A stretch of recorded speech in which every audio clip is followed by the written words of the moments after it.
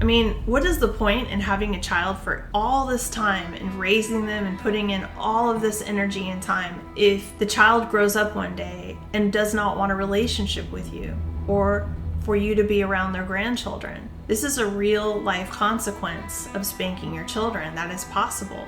There is a time and place when a child grows up and determines who is safe and who is not to be in their lives. What type of relationship do you want to have with your child over the long term? You've put in so much time and sacrificed so much for your children. Don't you want to make sure that they trust you with their children? That they want you to be around when they're adults?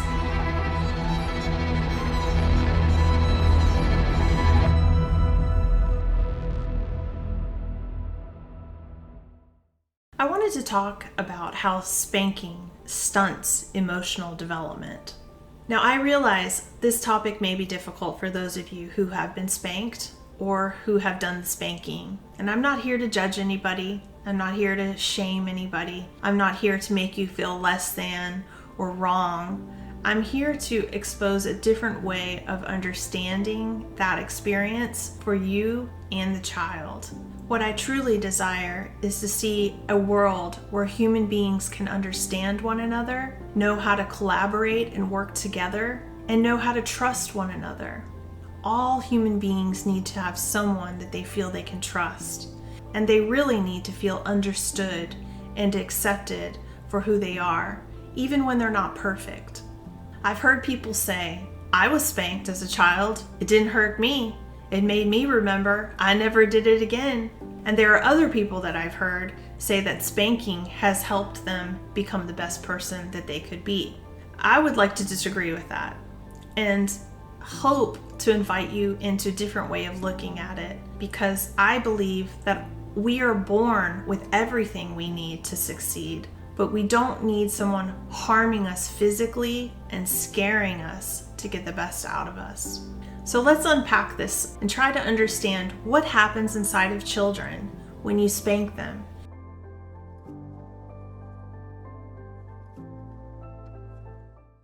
The reason why people spank children typically is so that they'll remember the consequence that was dealt to them for a specific action. And while from an adult perspective, that seems like what you would do, force them to remember something very negative that they don't want to experience again, it doesn't actually happen that way. When you hit a child or hurt a child, they forget immediately what they did wrong and they start focusing on you and the danger that you're presenting to them.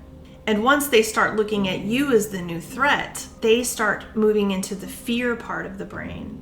Anytime you come to the room, there's going to be a fear and it's going to hijack them, and their whole energy body will wake up and become almost collapsed and afraid of you.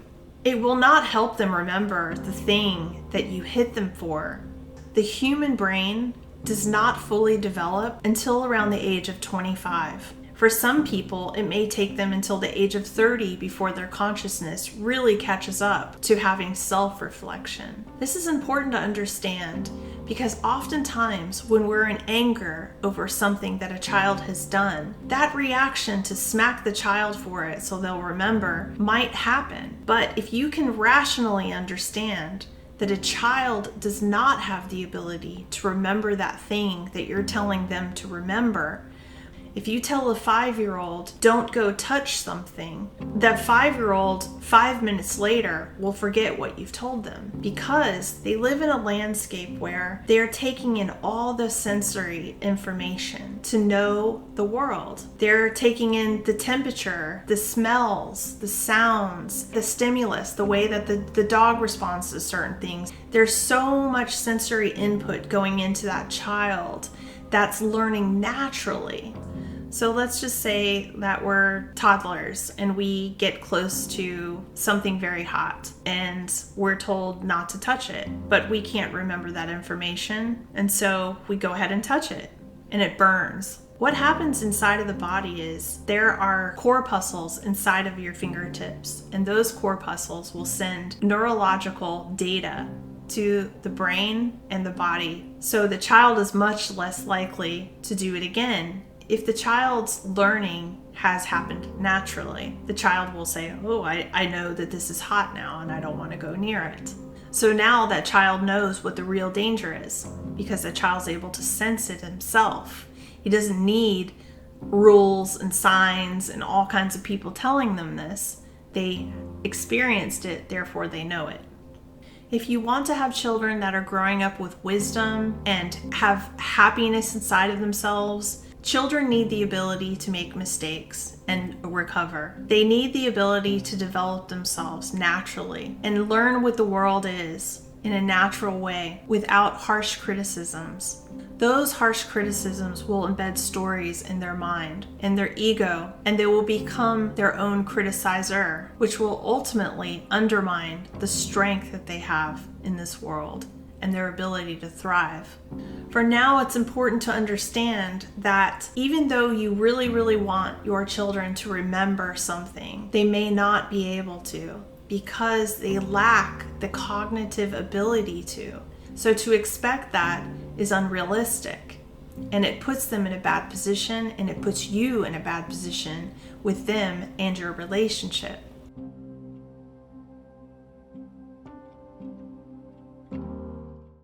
So what happens when you spank a child? When you hit a child, you make them feel not good enough. You make them feel they do not have anybody who loves them. You make them feel ashamed of their feelings, ashamed of their learning, ashamed of their growth. And so it's important not to use fear to train your children, because fear not only shuts them down and disconnects them from their own intuitive knowledge, but it will also force them to stop thinking for themselves, and it will shut off the ability for a child to feel valid in their own learning process. You will hijack that process, and you're going to end up with a much more controlled and not intelligent child. If you do this repeatedly, you're going to end up with a child who appeals to authority, no matter if that authority is trustworthy or not. Now, there are many people will say, that's great. I don't mind my child appealing to authority. But here's the thing. You're not always going to be around to determine who that authority is. Or maybe you won't even approve of the messaging of that authority. So what you do is you cripple your children. If now all of a sudden they're getting spanked away from feeling at all, they can lock away their connection to their emotions and feelings forever. They can lock that stuff away so far that they can't even reach it if they wanted to later. What happens to a person who doesn't have connection to their emotional intelligence? They become very unhappy, depressed, anxious, and dangerous to others. They tend to have to control everything in their environments. They tend to end up also becoming bullies because they're working through some pain and some rage that's buried inside, but they can't really name it or get in touch with where it came from because they have repressed all of those feelings and emotions, and they've been locked away with the traumas that they incurred. So when daddy spanks his daughter, now guess what that signal is that goes to the daughter? I'm not good enough. My father doesn't even accept me. So now she's being programmed to work for the validation of men. So they'll go into deeper abusive situations because they don't have faith and trust in themselves because they have been disconnected. This type of critical sensing and feeling and thinking, reasoning and rationalizing, it all kind of gets hijacked because now you're just appealing to whoever likes you and will give you attention, and you'll do whatever it takes to get that attention. Because being valid and accepted for who you are is the most important thing to a human being.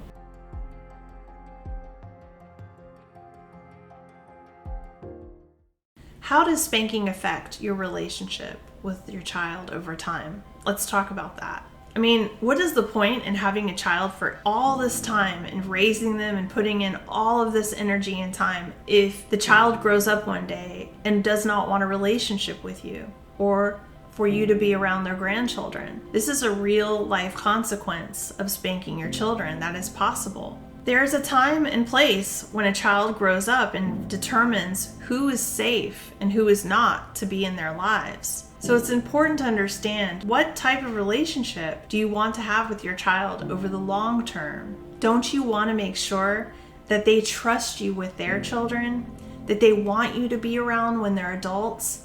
This would be the most valuable thing as a parent, something to look forward to. And the best way to do that is by treating someone the best way that you can, by being understanding about the learning process they're in, by helping them as a friend helps them and a mentor helps them. But parents who do not raise their children in a safe way oftentimes end up paying the price. For instance, a child who grows up and has a family of their own, once they start having babies and rearing babies, yes, they will realize what a difficult challenge it is. But at the same time, they will use their own experiences to process whether or not they agree with what was done to them. And they will have to decide whether they want to do those same things to their children consciously. All of the best relationships are born from mutual trust. So in order to have mutual trust with human beings, you have to present an experience that makes you safe to be around. So the best thing you can do is understand the process that the child is in self-development and exploration, that when the child does something that is against what you've told them to do, they are not directly defying you. They are simply going along a learning process that's part of natural development. Remember that you love this child. This child has been given to you, and you are just a steward. You are there to mentor and befriend this child and prepare them for how they are to be in the world, and everything you do prepares them for either safety or insecurity, fear or abundance. They either have infinite access to problem-solving resources, or you shut them down and you make them vulnerable to being dominated. Taking things personally and getting frustrated and hitting them is completely uncalled for. If you feel like you're gonna blow your stack and get really upset, then the best thing to do is to leave that situation, take some long, deep breaths, get in your mind and say, this isn't really that big of a deal. This is a learning process happening. It's not at all about me. There's not a defiance problem. There's just an actual rerouting that needs to be done.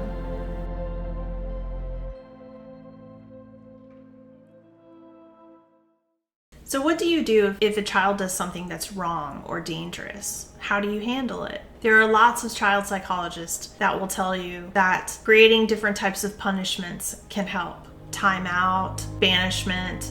I'm no child psychologist. That's not my wheelhouse. But I can tell you as an emotional empath how a person processes things internally, how they sense the world around them because of that, what story it creates in their mind. Children can be spoken to in a way like they're your friend. It's important not to do it in a way where you're standing over them, where you're looking down at them. You always want to meet eye to eye, face to face. You always want to have a calm voice, an inquisitive voice, a voice that helps them understand you're not scary. You're just interested in their well-being, and you're interested in how they're making the choices that they're making.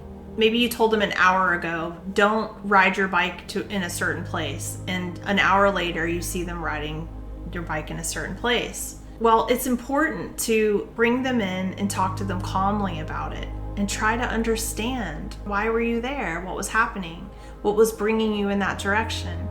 And really help them process their own thinking.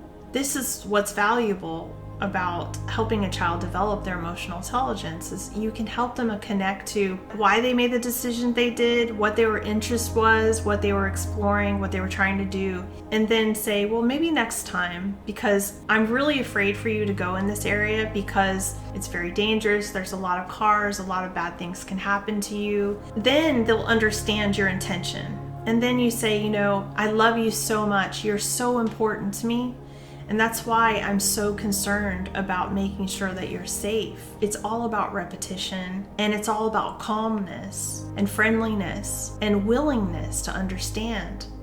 So when someone understands that and they see that consistently, they feel safer and safer to come to you for the big, hard things that are happening in their life. Once they become adults or even teenagers, you might be the one that they're coming to for deep insight about their friends if you do this well. Let's take, for instance, you end up with a teenager and they're at a party and everyone's drinking, but this person has its emotional intelligence intact and they say, I'm going to stay sober because I want to care about all my friends and make sure they get home safely. But this person's concerned because they know that maybe somebody else is going to be driving and putting other people in danger. So they might want to call you and say, hey, mom, hey, dad, I'm in this party and this is the situation. What do you think I should do? That is like the dream call for a parent that really cares, because you're like, yeah, let me help you. I love you. I've got so much wisdom. I'll come and pick you guys up. I'll take you home, whatever. But if you're not safe, then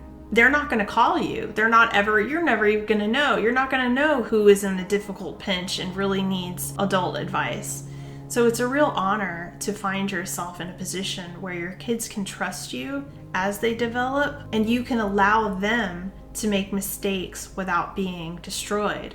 Allowing your children to recover, allowing them to make mistakes and recover well is one of the most important jobs you can do as a parent.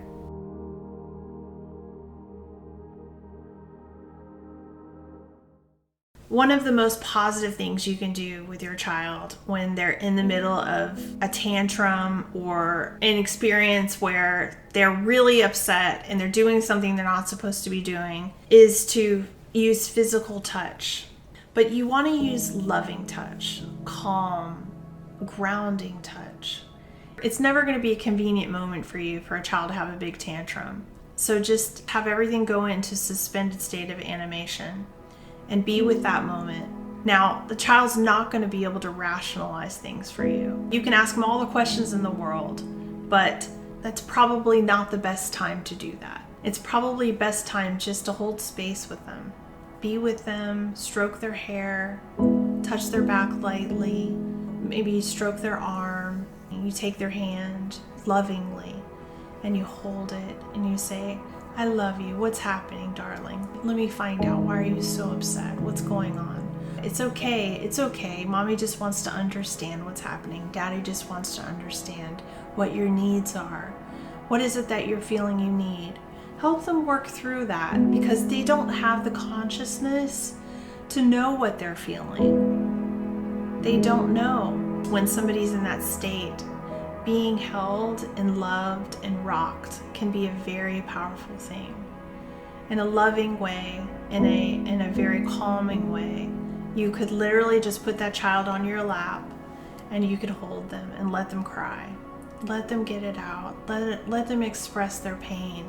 Let them express their upsetness, their disappointment, until they're calm. Now all you have to do is hold space with them and rock them and hold them. And that's it. Just be with them. Just let them experience their pain. 10 minutes from now, they won't even remember this happened, but they will, in their physical body, remember how you made them feel. And that's really important, because as a person grows up over time, there becomes this like reservoir of experiences. And those experiences can be toxic or they can be healing and loving. So if you put in all kinds of love and healthy, positive affirmations and healing, later on, they're going to choose behaviors that align with love and healthy healing. Now, I know a lot of parents might feel like if you love your child this way after they did something terrible, it gives them mixed signals. From an adult standpoint, I can understand why you would think that, because in the adult relationship world, that is true. If you say have somebody abusing you and you're just loving them and telling them how great they are, then yeah, you're going to keep getting abused. It's very different in the adult world. But in the child realm, they are still processing a different type of learning experience. And it's important not to confuse that with fear and with punishments that can shame them and make them feel insecure.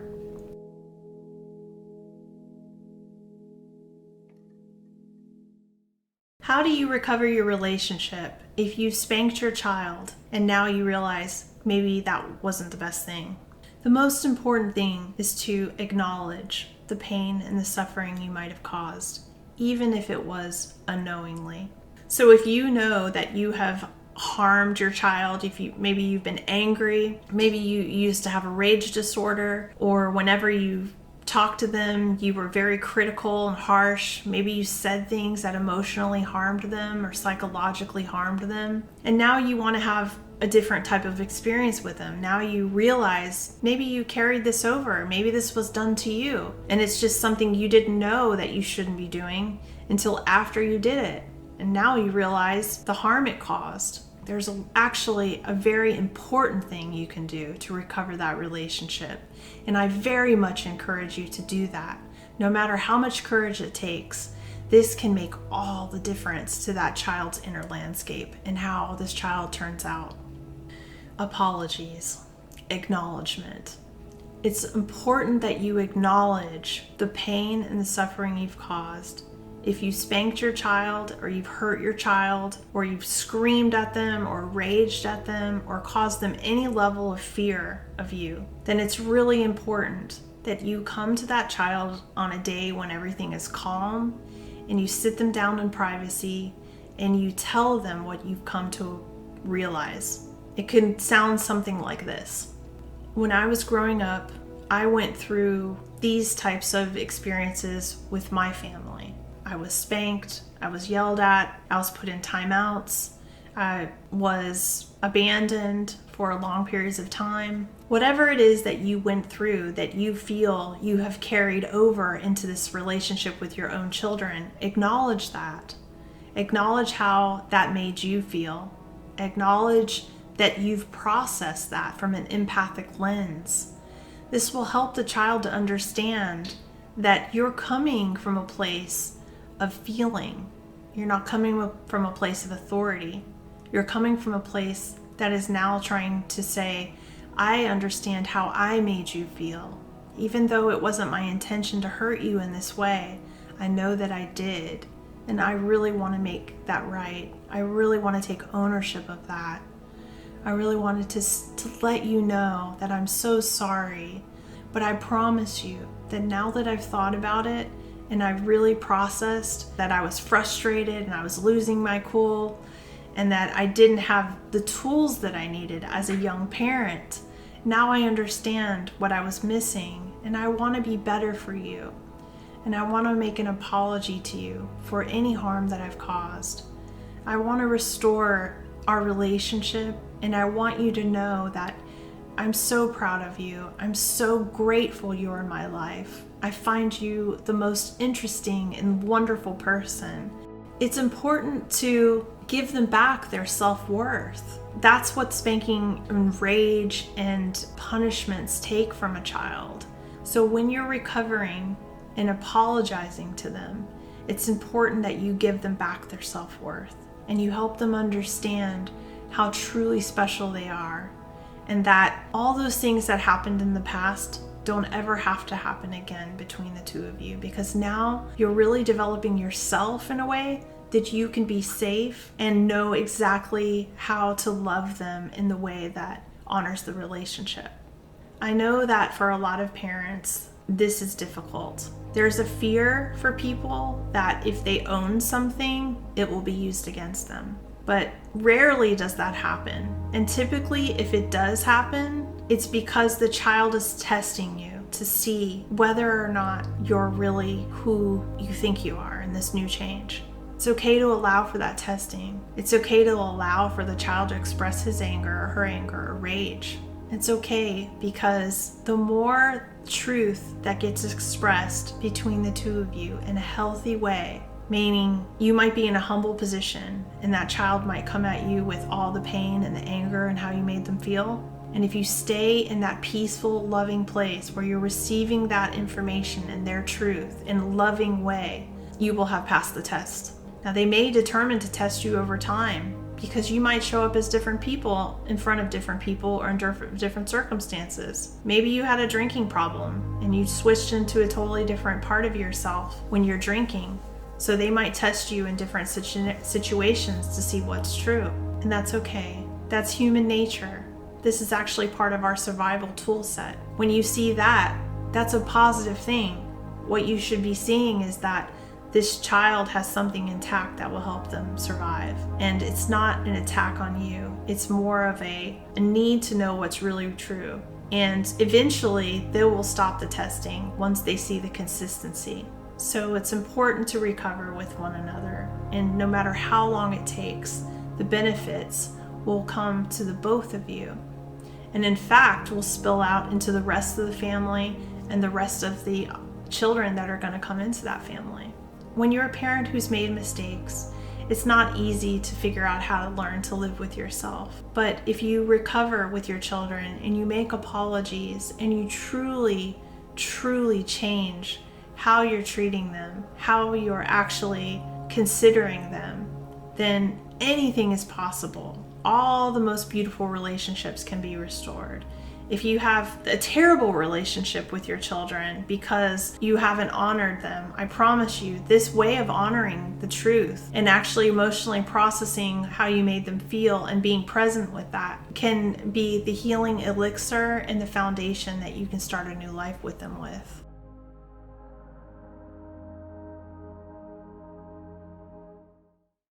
I don't want to judge anyone. I know that being a parent is the hardest job in the world. But as an empath, I see so much violence and rage on the rise. And I see so many parents that tend to feel bewildered because they can't control the behaviors of their children. But there are many children who don't need to be so heavily controlled. Their behaviors are not that serious. And it's important for you to get clear on how you are treating your child and what type of impressions that's leaving in them. If we want to have a safe world, then all of us need to be aware of how we're showing up in life, how we're treating other people, how we're loving ourselves, what time we're giving to ourselves for our own development, and what's coming out of us. What's the quality and value of what's coming out of us? Are we showing up patient, calm, loving, wise? Or are we frustrated, frazzled, and late for everything we do? When you really look at how you're showing up at life, you have much more insight into how you can have a better life and what you can do better. And I encourage you to take this in, process whether or not there's any amends that you need to make around that relationship with your family members or your children, and to really capitalize on the opportunity you have to make it the best that you can, because this life can be a beautiful life if you know how to honor those relationships. I don't mean to judge anybody. I hope you don't feel that way. And if you have any comments, please leave them in the section below. I would be interested in knowing how you all feel about this topic. If you have any other topics you would like me to cover, please leave those in the comments section below. If you would like to hear more conversations like these on emotional intelligence, please like, subscribe, and sign up for notifications on my channel. I look forward to talking to you more about topics that help us live a better life. Be well.